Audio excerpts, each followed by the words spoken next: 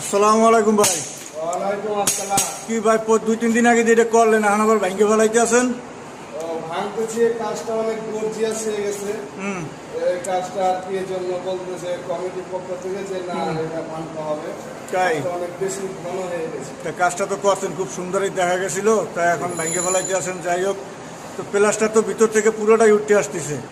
জি, এটা আপনি যেটা বলতেছেন সেটা বুঝতে পারছি। এটা প্লাস্টার উঠে আসার কারণ হলো যে এই প্লাস্টারটা আমরা কাঁচা কাঁচা করেছি। প্লাস্টারটা কাঁচা অবস্থায় আমরা এই কাজগুলো করেছি। এই কাজগুলো অনেক দিন লাস্টিং করবে, কিন্তু আগে যদি প্লাস্টার করে ফেলায় 1 মাস আগে, 20 দিন আগে, তখন কিন্তু এই কাজটা লাস্টিং কম করবে।